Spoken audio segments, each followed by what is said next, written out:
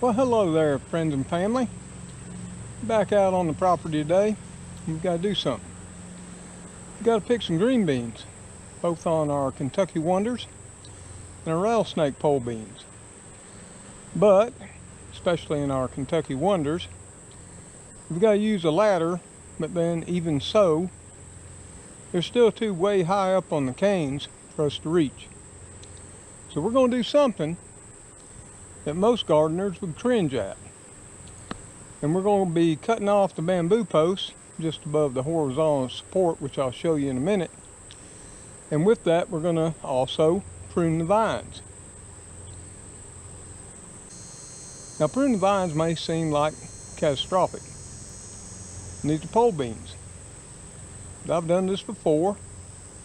And what it'll do, it'll support side branching from the main stems or vines as they are going up the poles. Now, I didn't do this intentionally. I didn't do this intentionally. When I planted the pole beans and stuck in the poles, I forgot about trimming them off.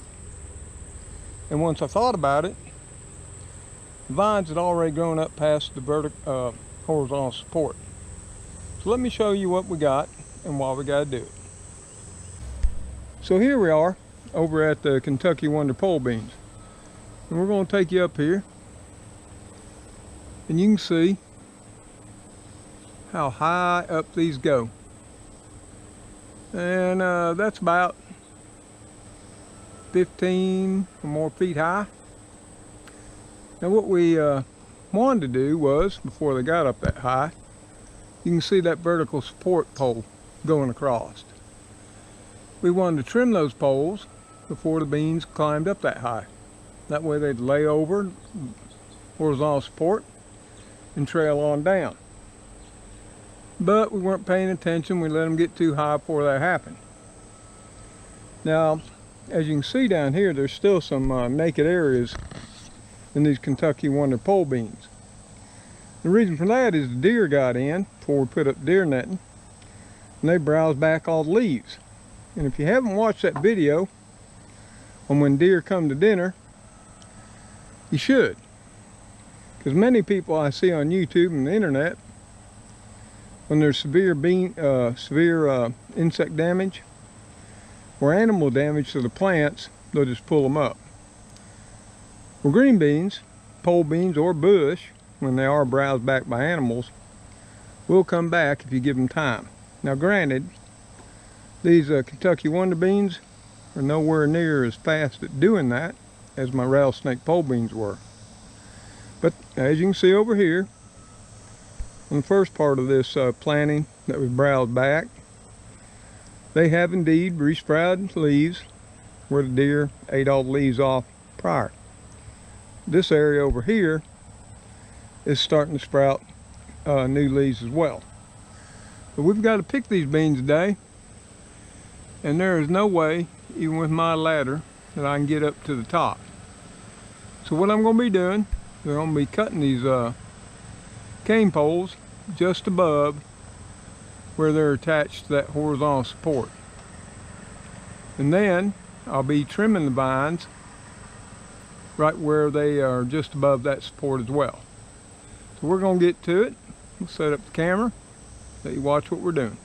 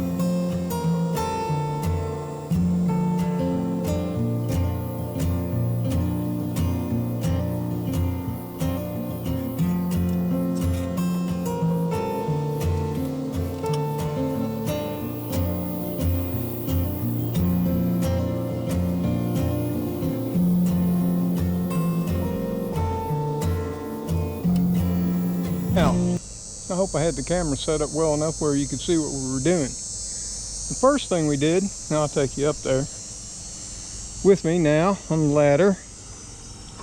I hope you're not scared of heights. We'll go ahead and go on up there. First thing we did was we cut the vines just above a lateral leaf. After we cut the vines, as you can see, then I cut the poles. Now, like I say, for people who've never done this before, this might be a rather drastic measure. And you might think, well, this is just going to pretty much end the beans for now. Nope, it won't. I've done this before. Of course, not for the same reason as I'm doing it for today. Today I'm doing it because I didn't cut the poles to begin with.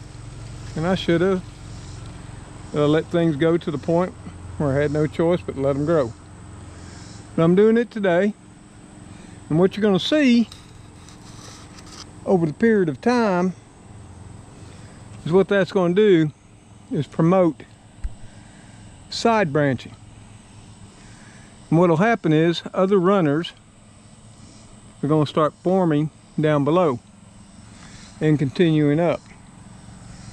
It's worked when I've done it on my rattlesnake pole beans. Now granted, I haven't done it on Kentucky Wonders before, but I'm thinking it'll do the same. But I had to do it today because I need to pick these beans or they would quit producing. As you can see, there's a lot of mature beans here. And we're going to have to pick them off. And like we are doing right now. And get them on in the house. So we can process them tonight.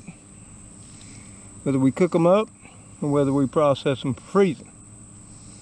So once I get them all picked off, and there are quite a few up here in the tops of these vines, as you can see, they're all over the place. I'll show you what we have. Okay folks, you can see what we got now. I went ahead and trimmed those cane poles just above that horizontal support. And as you saw, I dropped them down over here, and I've stripped those vines off the cane poles, the tops that I cut out. Now I'll save those because they'll come in handy for other uses in the garden. And then I picked all the beans off. Now it don't look like a lot of beans, and it isn't. It's going to be a little bit over a quart. But what I had to prevent was, you see how these beans are drying, turning yellow, and that. It's only 4 of them. But what this does is it sends a signal to your green bean pole beans to stop producing, and they'll slow down or even stop, because the sole purpose of any plant is to produce seed to ensure survival for the next generation. And many plants, once it starts that process, your production will go way off, if not stop altogether. And beans are no exception. So that's what I wanted to put a stop to before it got out of hand. Now, like I said, I let this go too far before I trimmed the poles. But these Kentucky Wonder